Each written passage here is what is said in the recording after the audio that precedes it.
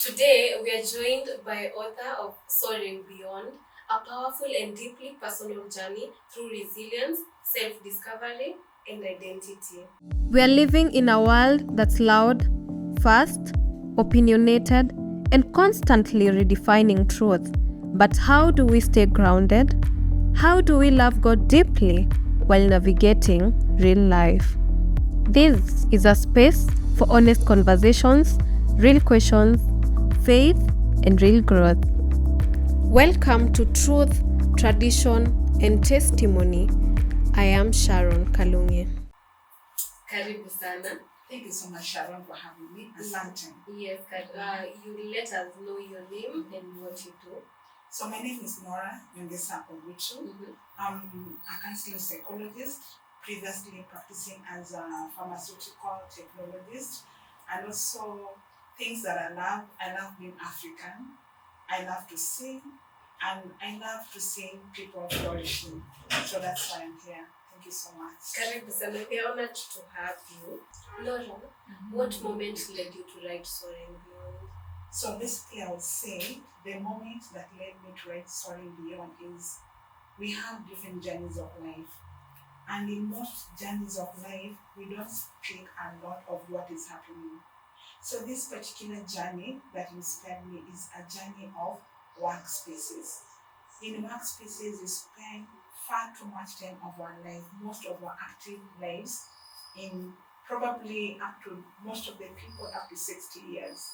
So these are our active lifespan. We spend them in the workspace. But so many things happen in the workspaces that most of the time we're not able to speak about them. So from my own experience and from other people's experience, I felt inspired to humanize human experience, especially as a counseling psychologist, so that we can know life is a journey and it's about the experience. Basically, it's not about Nora, but about a shared human experience. When you talk about workspaces, there are some of those toxic environments, and maybe you can mention something about that. Okay. Yeah. So, what I can say about that one is the environment is where we live. Environment is God created nature, and from nature, human beings, and the human beings created the structures. So the question I've even asked in the book, are people really toxic? Is environment toxic? Because we are the people who make that environment. And if the people are not toxic, then what causes the environment to become toxic? Right? Yeah. Because toxicity comes from individual differences. And these individual differences comes from people not being able to discover who they are. When I don't discover how I am, it means I have my own thought process. I have the way I see the world. And I want you to see the world the way I am seeing it, which can never be possible. In that conflict of my world and your world is what comes about toxicity. So basically, I will not say people are toxic. I would ask from people's experiences. Is it that people are toxic, or the vulnerability underlying people is what is making the environment unbearable, hence labeled toxic? Yes. So when does someone know when it's time to leave? Basically, I would say, first of all, discover who you are. When you discover who you are, then you know why you do things the way you are doing. Discover your value system. Discover your purpose. Then build your own boundaries. Then choose, when is it I want to live? Do I want to continue in this roller coaster? Do I want to continue in the same environment? Do I want to continue living the way I'm living? So when you answer those questions, then you make a choice. Yes, I want to live, or yes, I want to stay. Because eventually, you are a person with choices. You are a person who knows your own past, if you know your own past, and how it affects your well-being. Because basically, there's a saying that says, there is no health without mental health. Because mental health is how we feel, how we think, and how we behave. So our behavior is what comes out as either toxic or non-toxic. Then you choose, how is it affecting my feeling? How is it affecting my thoughts? How is it affecting my behavior? And how is it affecting my total well-being? Yeah. Okay. In your book, you mentioned the lion in your head. Kindly explain to us what is that lion in your head and what's the term lion in your head? The term lion in my head, it makes me laugh because it is in one of the sessions I was having with my support system. For those in the psychology field will understand when I say supervisor, clinical personal supervisor. So the lion in my head came when I think in one of the sessions, actually I don't think, it was in one of the sessions where every experience, everything from morning till evening, I was saying the negative of everything, like not even one thing. And it stemmed from how I view myself, who I was as a person. How I view like I'm a victim of circumstances, things are unfair to me. It led me to see me not as I am today, but as how people are choosing to see me. But as I'm saying the lion in your head, anybody can choose to define the lion in their head. If they want to call it a monkey in their head, it's okay. For me, it was a lion in my head because I could see this as a lion, a male lion, actually a female lion, because the female lion are the ones who protect the cubs. So like this lion, I can't face this lion. I feared facing the lion, and it was within me. Within me, you see, within any person, there is a story to tell. Yeah. But if you're able to face that story, so many things can come out and discover what is that lion. What is that lion that is preventing you to touch the cubs inside you? Because then you can discover who you are, the strength of who you become. Yeah. So maybe you can give us an example, because I'm not getting it. Yeah. Okay. Yes. Let me say, from my personal example, like I've been in a space where so many things have happened in my life. So many down moments, crashing moments, and I really want a sense of validation. I want to be a place where I'm feeling people can understand me, right? Then in this space, I'm feeling like a victim. So losing my self-esteem, not being able to identify the beauty that God has put in me, the goals that I have. So like at some moment, I crushed my goals. I gave up on my goals and I chose to live to faith, seeing the negative of everything, every situation. But now when I chose to face the lion in my head, I discovered true. It might be happening, but how I'm choosing to see these things calling lions, it makes me afraid of facing them. But when I chose to face them, one by one, I discovered they are not only lions, but they can be golden. They can be an eagle that is waiting to soar if I let it. Okay. Yeah. Is it like imposter syndrome? I would call a mixture of imposter syndrome because when imposter syndrome is when you're doubting yourself to do something, right? Yeah. But now this is a mixture of doubting myself to do something because of not discovering the greatness that I have, the potential that I have, the environment that I'm in, or the breaking experiences made me feel vulnerable and as a victim. So it mixed of self-imposter and unworthiness. You see? Yeah. So the unworthiness is potentiating the imposter syndrome. I don't know if that answers. Yeah, it does. Okay. I also came across Cinderella complex. I've never heard of anything like that. That is funny. Yeah. Because I also say it from experience. Reason being, so that I can humanize human experience. It's not from space, right? So, in moments where you're feeling angry, or you're feeling sad, or you're feeling broken, then this era of social media, you either take a post, you post it on WhatsApp status, or okay, let me say mostly in WhatsApp status because it's the fastest for anybody to reach. Yeah. Then you are posting it with one particular motive. I want a particular person to see it. Even if 100 people have seen, but that one particular person that you are targeting to see has not seen, you are not feeling okay, you will repost it again, right? The same way is if somebody else has posted a status, then you are feeling this person is attacking me. So where the Cinderella comes in is when Cinderella lost her shoe, the person in the palace went on looking up who will this shoe fit. So the shoe was Cinderella's. Of course, not every lady who was tested with that shoe fit in the shoe. But when it reached Cinderella, it was Cinderella's shoe. That's why it fit. So when you're feeling that this status is being posted because of me, you become the Cinderella. It becomes a shoe while you're waiting to fit in. That is why you become the Cinderella of that post. Yeah, it is difficult to now look at it like that because sometimes, yes, they are attacking you. Yeah. That is how Sharon feels. Yes. And that's how so many of us feels. Yeah. And that's how even me, I have felt.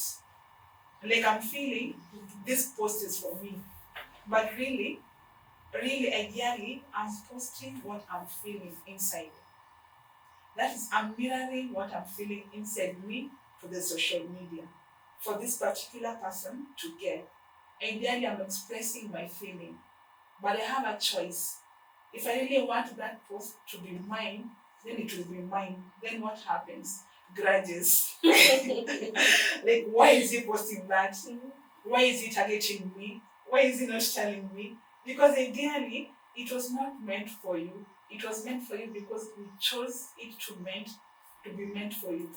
I don't know if that's good English, but you've chosen it for yourself. Because I have a right. See, usually, like if you have control with how a person chooses to do things, I have a choice. I have a choice to post what I want to post. But you also have a choice to see it the way you want to see it. Because we see the world according to how we perceive our world should be. Yeah.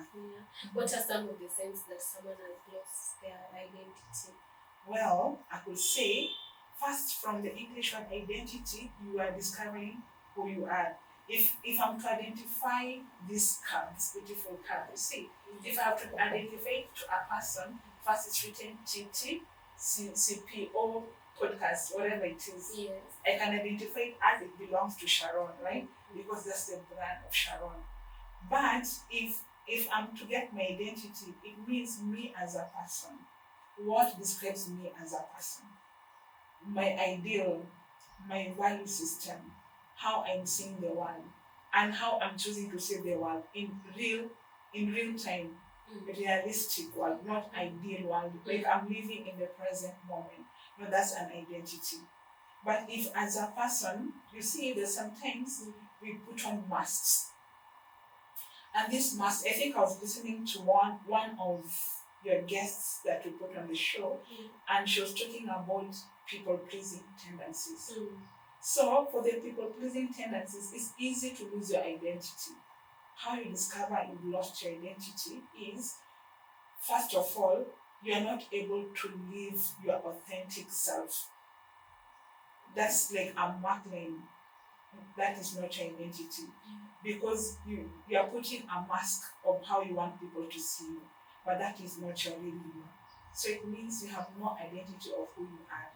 But then you could ask yourself, what is it that is making me not live my true identity, my true authentic self? Fear, maybe. Why? Why the You're fear? being attacked. It depends. If it's social media, there's cyberbullying. Of course, you have to have that strength. If I'm being attacked, how am I going to face it? Yes. But if it's all the areas of your life, why is that fear?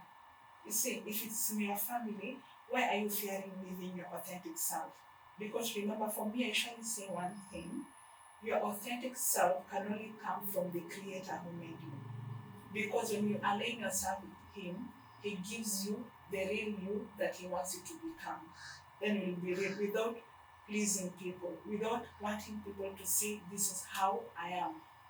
But the authentic self means like, I can step up without a mask, without makeup. Like, this is Nora. Being authentic with your values, being authentic with what you hold dear, being authentic with your ideals.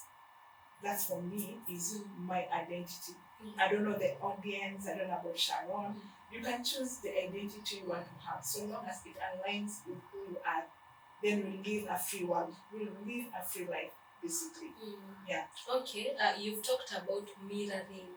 What is that? Mirroring is like a mirror, right? Yes. It's like a mirror. When you look at a mirror, whom do you see? The reflection. Who's that reflection? Yeah. Yes. But mirroring is, I'm looking at a mirror, but I'm not seeing Nora in the mirror. Or Sharon is looking at the mirror, is not seeing Sharon, is seeing Nora. Why are you seeing me in your mirror? Right? So that when I talk or when Sharon talks, they'll be speaking about Nora, not Sharon. Yes. It comes from psychology world. There's a psychologist, the founder is usually called the founder of psychologists, Dr. Sigmund Freud, whom discovered it's called projection. It's a defense mechanism that happens from neurosis. There's ego, superego. So the mirroring comes from the word projection. So projection means I have a weakness in me, but I'm not able to touch that weakness in me. I'm not ready to face it. So what do? That anxiety or that weakness, like for instance, if I'm angry, I don't say that Nora is angry. I will say Sharon is always angry. Sharon is always boastful. But it's me. I'm mirroring myself in Sharon. So all the uneasiness about me is not about me. I'm not taking it to Sharon. So whenever I'm talking to somebody, I'll be like, Sharon is always angry. Sharon is always boastful. Sharon is always, she thinks she's the best. So it is not Sharon. It's actually talking about me. So I'm mirroring my attitudes, my behavior, my thoughts, or what I want to say in Sharon. Sharon becomes the scapegoat of whatever I'm feeling. I think that is what happens in social media with the cyberbullying. People are projecting. You see, like someone probably has added weight. They're okay with that, but you, because you have it, you're now typing. The keyboard warrior. Yeah, about keyboard warrior. Yeah. It's a story of another day. Unless now we go. There's something I love about science is we need to give evidence-based. You see? Yeah. So like if you're saying maybe that is what they are doing, we need to collect that and see why is it they are doing that. So it means we will have a tangible evidence of cyberbullies, this is what they are doing. They're just mirroring other people because we don't know their motive. Okay. Talking of science, in your book you've mentioned the science of gratitude. Lovely. I love it. I love it actually. The science of gratitude, for me, it was a game changer. I would be honest, I discovered about gratitude when I attended character coaching by Positive Psychology Kenya. I had not discovered about it then. Also through my sessions with my support system, that's when I discovered gratitude. So what happens in gratitude is from acknowledging that maybe these are the way things are. Yeah, but you can pick, like choose, even if things are not the way I want to be, what good is there that I can say, right? And also, as a sense of gratitude, in spirituality, is we are thanking God for the blessings that He has given us, because it means the sense of gratitude. In science, it means to give thanks to Creator, to give thanks to people or to things. But from the point of spirituality, you give thanks to God, the Creator, first for every little things. You know that song like, count your many blessings in them one by one. Count your many blessings, see what God has done. You see, because sometimes we fail to count our blessings. Those blessings is like the small things that we take for granted. You know, like maybe having a job, that's a blessing. Because there's so many people who don't have jobs yet, right? Yes. And then you see how it changes your perception. When you go to hospitals, you'll find people who are very, very sick. Then again, we start thanking God, and yet thank God for my health, because some people don't have it. And as a science, even when you go through so many, I've seen so many social media posts, so many articles about the science of gratitude. It's good to acknowledge that maybe the beginner of Dr. Seligman in the field of psychology, when you say science, gratitude brings about positive emotions. It makes you see the world from a different place apart from victim side. So I'm not saying this like universal. I know there's so many things happening around the world right now, but I'm saying it according to my own experience. That gratitude for me was a game changer because I got to see the world differently. I got to appreciate the experiences I got because the experiences gave me the strength and awareness to be able to write Soaring Beyond, to be able to promote and to be able to tell people that gratitude changes how you see the world and it brings forth many blessings along with it. Yeah. You know, when you talk about gratitude, there's a verse that I've thought about in Philippians 4, 6, and 7. It says, "Be anxious for nothing, but in everything by prayer and supplication, with thanksgiving, let your requests be known to God." Yes. Yeah. It's true, but we have to agree we are humans. Yeah. Because sometimes, yes, you want to thank God, but you're like, God, man, say, Atakama. You know, that human touch, you're like, God, I need to see you face to face. But the word of God is supreme because it says his word is living and active and sharper than a double-edged sword. Yeah. You see? Yeah. So when it says thank, it's like try one day giving somebody a gift. Then they don't say thank you. It hurts. How does it feel? You not start overthinking. Did they like it? Yeah. Are they not appreciative? Yeah. They're not even acknowledging the effort I did. Yeah. But imagine if God was like that. I know. So gratitude usually to God as me as a Christian. Every day I have a gratitude list. Sometimes I don't write it, but as a practice, a gratitude journal. Or sometimes a gratitude jar.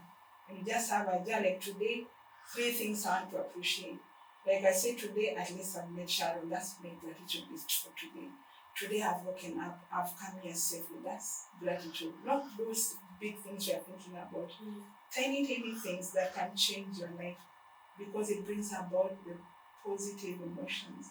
It brings about a calming effect so we don't get stuck in negativity. Yeah. Okay. We've mentioned God. How has your faith shaped your healing? Well, I could say my faith, I don't have like that. You know that faith of Moses, of Abraham? Mine hasn't reached there. I can say between 0 to 10 is I'm still at 0.1. You know, Saint Teresa of Lisieux, the little flower. About little, that little one. Things. Little things, yes. Yeah, but I could say it's the center of my life. It is where I hold my value. It is where I get strength of even sitting here with you. It is where I get strength to live every day because I know like I am not a perfect human being. I could say I might be the worst, but my faith in God has made me acknowledge that before God I can be nothing. But with also God I can be something. Even in the weakest point, there are those things you can't tell people. There are those things you can't go and tell someone, even your best friend, like, and yet this is what has happened. But in the presence of God, I can be me. There's one day I was listening to somebody saying, he was telling, allow me not to mention the name because I have no credits for it, but I was in this forum. Then this guy was saying, he was sharing the way he had lost so many things. But the only thing that was not taken from him was God. And with God, he said, you can be your total self without hiding. Like you can explore yourself, like God can see the deepest part of you. So for me, that is what God means for me. And I love being Catholic because I know everywhere I go, it's a universal church. So I can go to the Blessed Sacrament, I can go to Mass, I can just go to any church, it's open, I can be myself. Sometimes I don't have words to speak, but being there, I feel there's a presence that is holding me, a presence that is calming me. Like even the moments I feel like, God, I can't take this anymore. I'm like, God, these are your people. One day I'm going to crush someone. But you know, God is like, they are all my children. I'll give you strength. I'll give you grace. You forgive. Let me handle you. For me, that's like the center of everything that I do. Like even if I'm feeling I'm crushed, I'm low, I know I can always go to God and He'll always take me back where I am. When now you're talking about healing, let me ask this. How is psychology and faith connected? Yeah. Psychology and faith. No, I'm feeling like a preacher. I have to do a disclaimer. Amen. I am not a preacher. I am not intending to be a preacher in any life. Yeah. Whether now or the next. But psychology is studying human behavior, human mind and behavior, right? It's studying people who have been created by God. But God is the creator of these people. Like He knows these people through and through. So for me, because you see, psychology calls the negative emotions negative. Psychology says if you have negative emotion, it brings about negative energy. It predisposes you to psychological disorders, right? Yeah. So, like when you see things from a negative perspective, it blocks you from seeing your life. It blocks optimism. It blocks gratitude. But when you're saying faith in God, it means we are trusting God as the creator.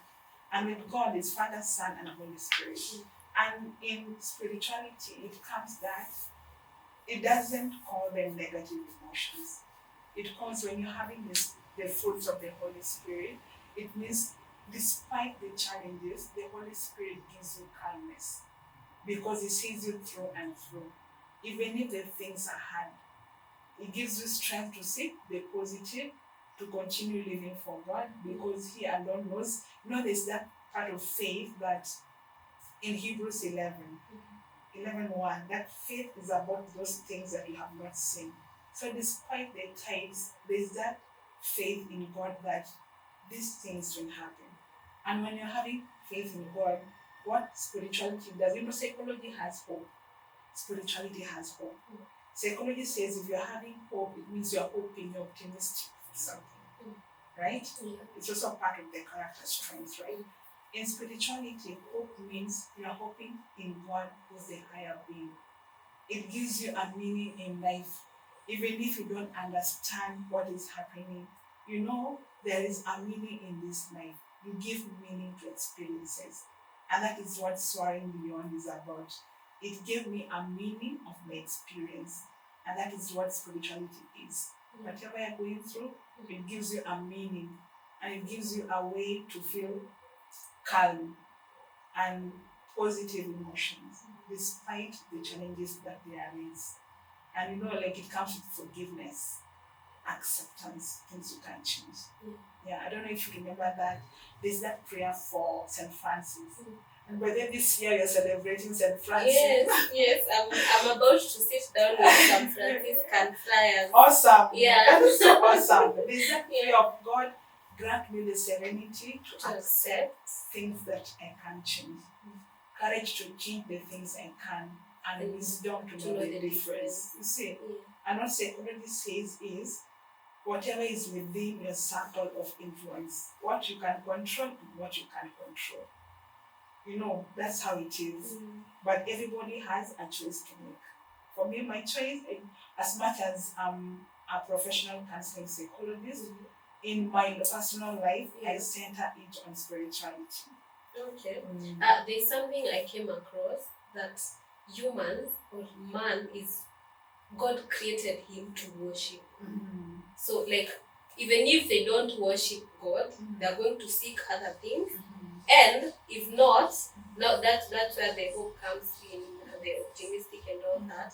If you're not really like worshiping God or all that, you'll have the sense of pessimism. Is it that? It's the same as saying. Yeah, like you'll.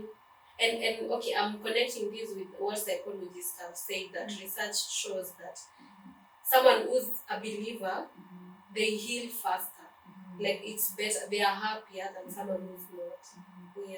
Yeah, basically that's what you see. Even nowadays, science is trying to also incorporate spirituality and religion. Yeah. Because what is happening is with hope, there is a meaning. Spirituality gives a meaning. And what you say, there's something about religion and psychology. It says people with religion, you see, people, they pray together. When people are together, there's a social connection. Then there's that sense of supporting each other, because in any journey you need a support system.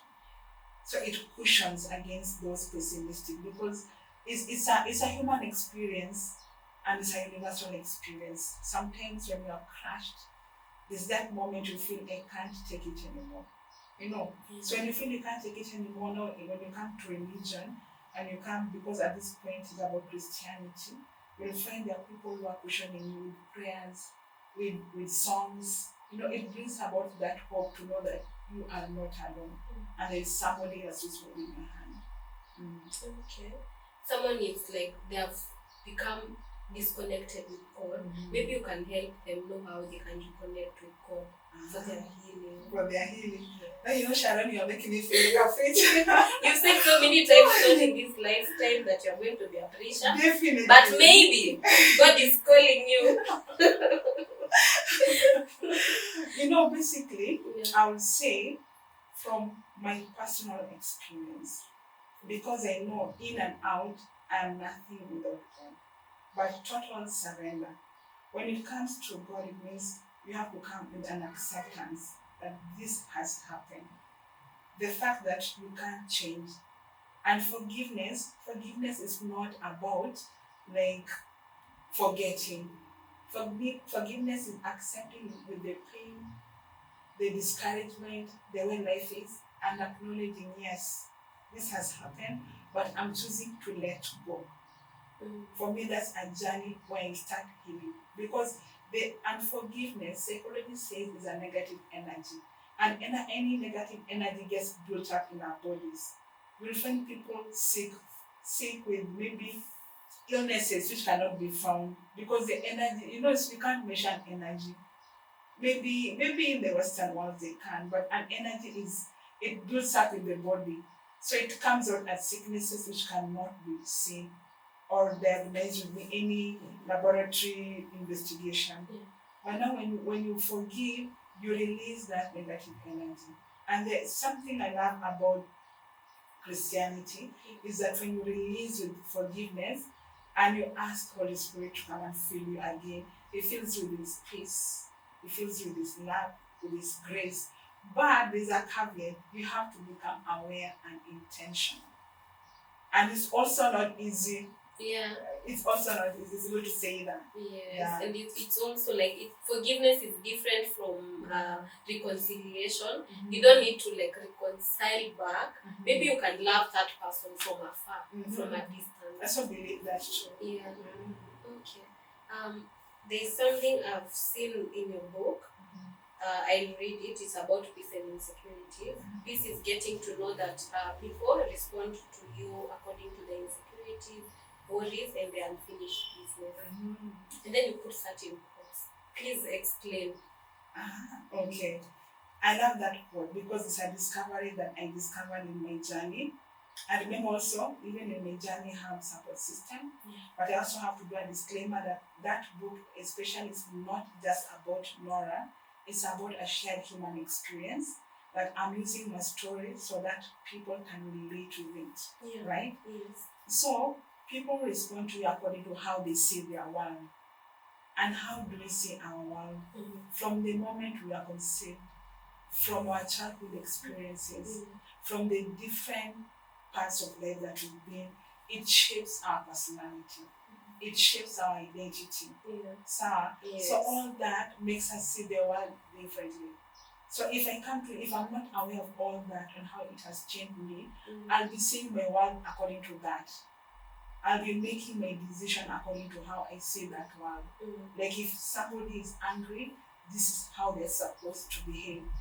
If I want something, this is how I'm supposed to get it. Because that is how my world has made it. So if I'm angry, remember that part of mirroring. Yes. So that's how mirroring comes in. Because I'll see you according to how I see my world, basically. So it's not about me. It's not about me. If I internalize that, it means it's about me. But also there's a caveat. If you're feeling it's about you, go and work about that thing that is being triggered. Because an interpersonal relationship, I don't relate at a face value. I relate with my entire being, with my value system, with my experiences, with everything I have, because there's an exchange whenever we are talking. Yeah, I think that's how I would say. Okay. Let's talk about emotional intelligence, because I've seen you've mentioned it in your book. What role does it play in self-development? I love it. I love emotional intelligence. One thing, I think, is Goldman. It originated from Goldman. And he discovered that people are emotional beings. And remember what you said about the negative emotions. Emotion is an energy. And any energy, it drives towards an action or an activity. And it can be passive or active, right? So your question was the role of emotional intelligence. So the role of emotional intelligence, it depends on how everybody views it. According to Goldman, he said it starts with self-awareness. You have to discover what moves your emotions. Because my emotion could be influenced from my experiences. But the danger is if I am not aware. Because if I'm not aware, it's going to influence how I interact with you. If I'm aware, I will move from a point of awareness, from a point of empathy. It's also a technique of emotional intelligence. Empathy, I'll be able to know this is why I'm behaving the way I'm behaving, and this is why you're also behaving. I'll be aware of why you're behaving the way you're behaving, and see and empathize with you. So it helps us in our communication, in our behaviors, in our interaction, and also in adapting in various situations. Because imagine in a situation where, for instance, we are in this podcast, then something happens that you are not expected. You get angry, full blown, then you just burst within the podcast. How will that influence your relationship with future guests? And maybe it's captured in the video. Sometimes this is a live video, it gets captured. What does it say about Sharon and her emotions, right? So it's about being aware on how they interact and influence our relationship with other people and influence yourself. Because as we are here, we're feeling is influenced by emotion. Our thought process is influenced by what we are thinking, how we are feeling. If I'm feeling happy, it will influence how I'm thinking and how I'm behaving to you. If I'm feeling angry, it will influence how I'm thinking about Sharon. And my behavior will be that aggressive behavior. And then you'll find it will either push me against you or push you towards me. Basically, I would say that's maybe emotional intelligence. But different people have different definitions. But I would say in a nutshell how you adapt into different situations at different times based on individual differences. Okay. We were talking before we started the episode. I remember asking you about dating or friendship in the workplace, and then you talked about boundaries. So let's talk about that. How do we set and maintain boundaries? And also let us know, is it okay to date? To have like friendships at the workplace? Let me start with the second one. Yeah. Having friendship in the workspace. It depends on you. That's a personal decision. And this personal decision will be answered by what you say about boundaries, right? So, first of all, ask yourself, what is a boundary?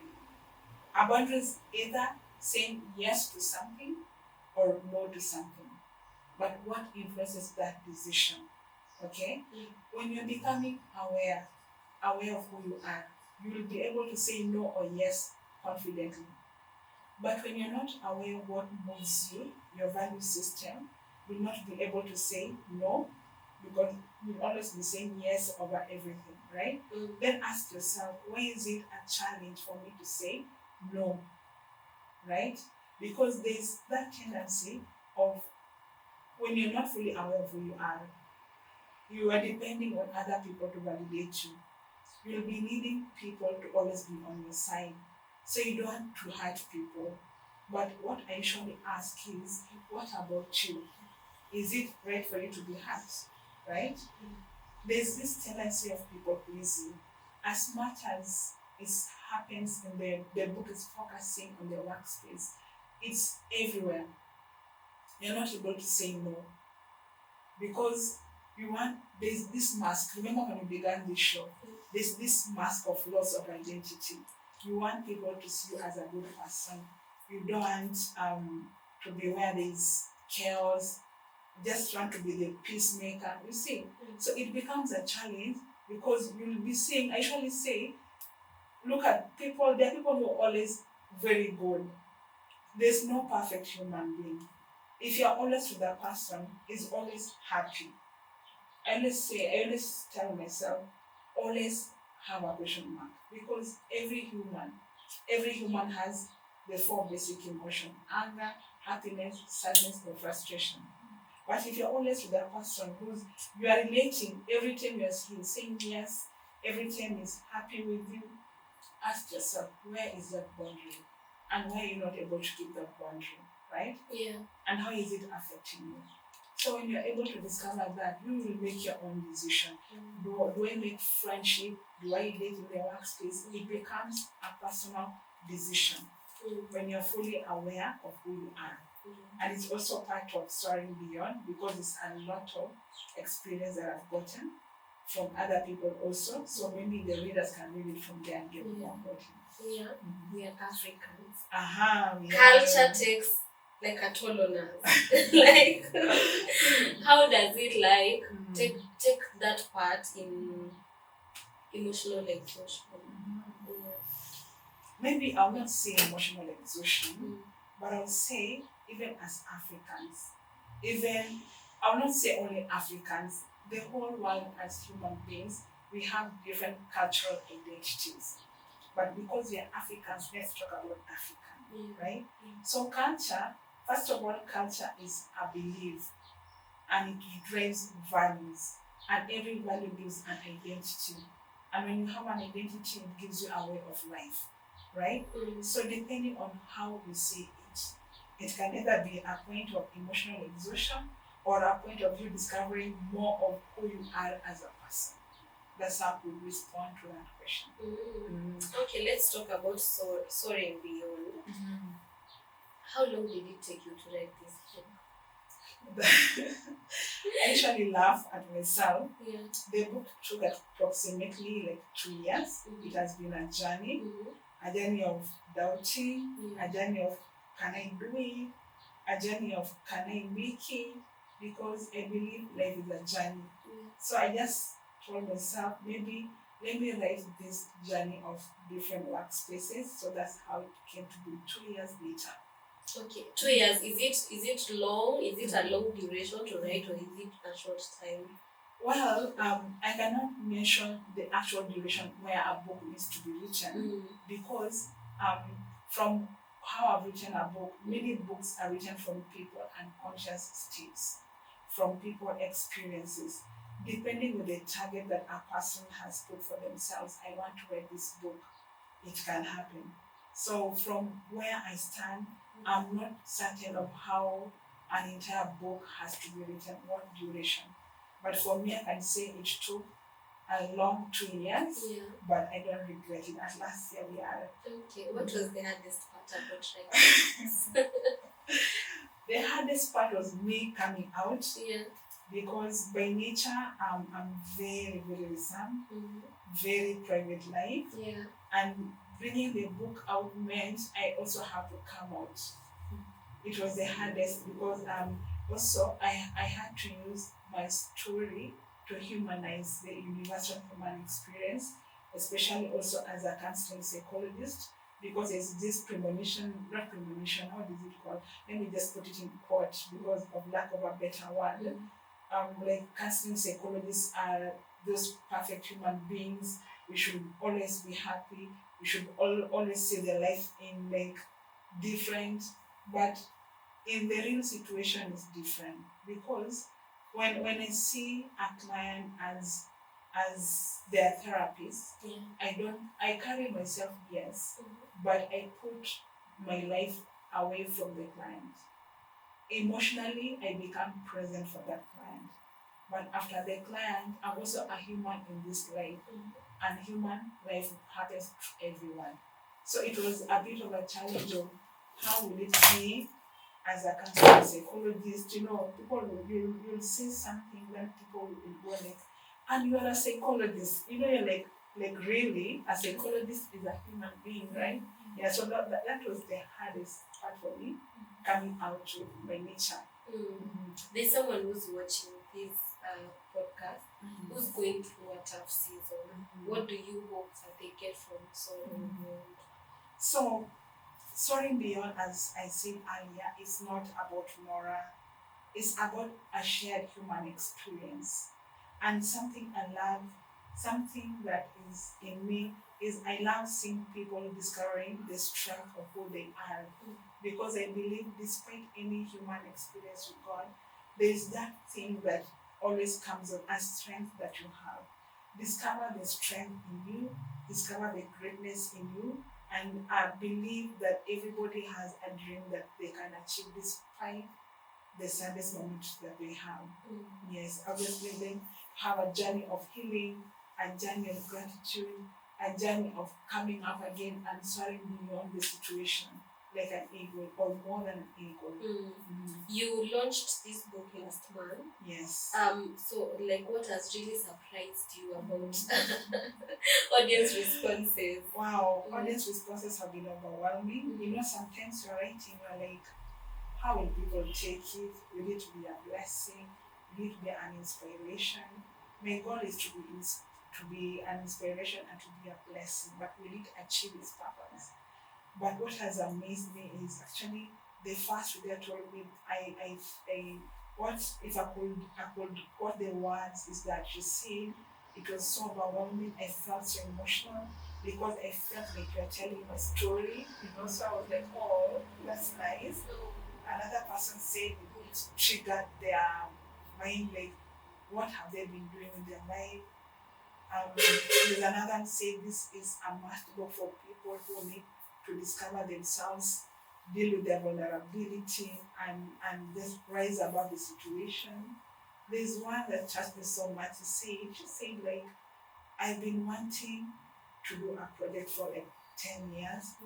I had so many setbacks with some issues, but after reading this book, I felt inspired and I'm going to take up. And I was like, oh, that's so nice. That's so sweet. Yeah, someone is wondering where they can get the book. The book is in Nora bookstore in Bazaar building. They can get it there. It is also in Kindle in Amazon. They can get it there. I think those are the two places that they can get.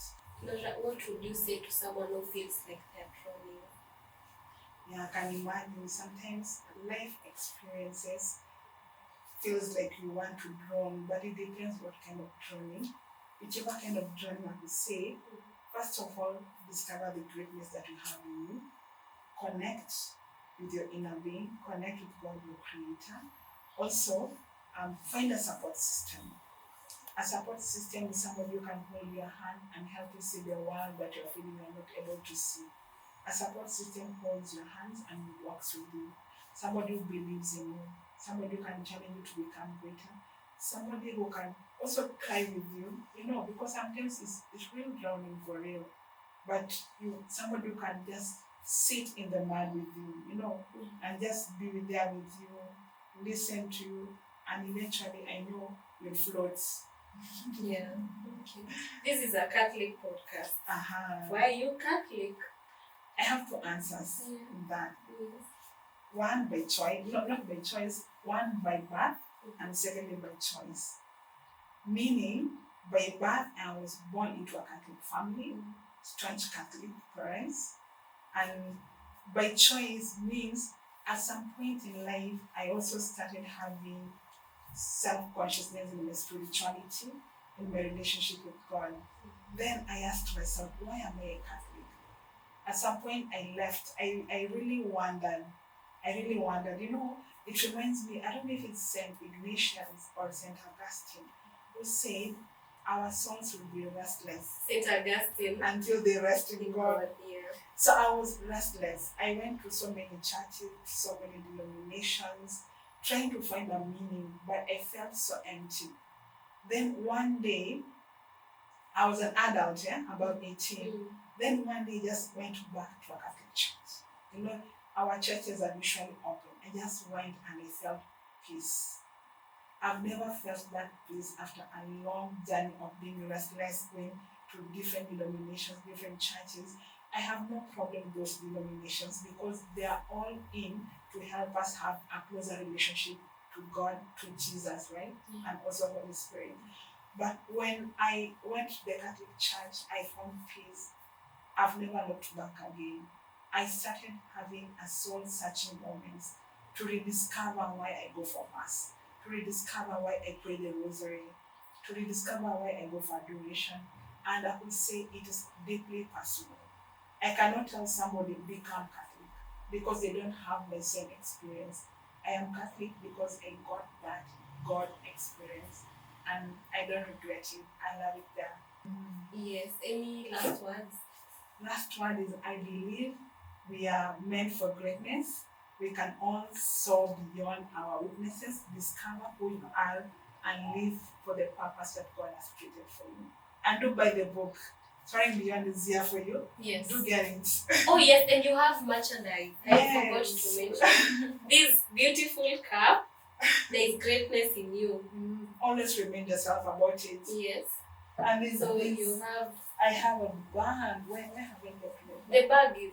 Oh, the bag is there. Yeah. Always remind yourself there's greatness in you ever. And there's We have a hoodie. and there's a hoodie and there's a jersey. There's a jersey that every time you are putting on, Yes. remember there's greatness in you. You soar beyond. Yes. Yeah, so they can be gotten on order. Okay. Yes. Oh, awesome. Very good quality, Thank especially you. with this cold weather. Yes. Thank you for watching, listeners on Spotify and viewers on YouTube. Remember that God loves you and your story is not over. Until next time.